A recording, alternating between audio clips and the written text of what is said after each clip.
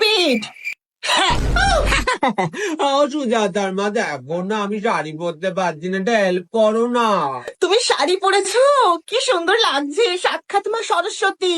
কার সাথে বেরোচ্ছ, তীর্থদা? ব্লক কি করে করে গো? উল্টো পাল্টা কথার জন্য তোমাকে ফোন করিনি, যেটার জন্য ফোন করছি সেটা করো, হেল্প করো আগে। কুচিটা খোলো। হ্যাঁ, তো জানিস সুজাতার মা, আমার সে কত দিনের ইচ্ছা ছিল যে আমি আমার বয়ফ্রেন্ডের সাথে সরস্বতী পুজোয় বেরোবো। ও তো আমাকে বলেছে যে তুমি শাড়ি পরে এসো, আমি পাঞ্জাবি পরবো, জানো এটা এভাবে করতে হ্যাঁ, হয়? ভাঁজ করো। ও তো আমাকে বলেছে যে ও আমাকে ঢাকুরিয়া লেকে নিয়ে যাবে, ইকো পার্কে নিয়ে যাবে, প্রিন্সেপ ঘাটে নিয়ে যাবে, স্কুলে যাবে না? সুজাতার মা, আমি কয়েকটা নতুন গালাগালি শিখেছি, বলবো তোমাকে? এত জেলাস তুমি, তোমার বর তো তোমাকে নিয়ে যাবে না, চলে গেছে না সরস্বতী পুজোয় নিজের কাজে। ও তো স্কুল টিচার, ওকে তো যেতেই হতো। তুমি এখন যাও, একা হাতে বাসন্তী পোলাও রান্না করো, আর আমি যাচ্ছি ঘুরতে। বাই।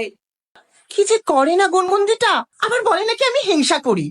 আমি কি হিংসা করার মানুষ? ও সুজাতার মা, ওর একটা কেটিএম বাইক নেই, ভাবো আমি সরস্বতী পুজো শাড়ি পরে বেরোবো, যদি কেটিএম বাইকে না বসি তাহলে কিসের প্রেম?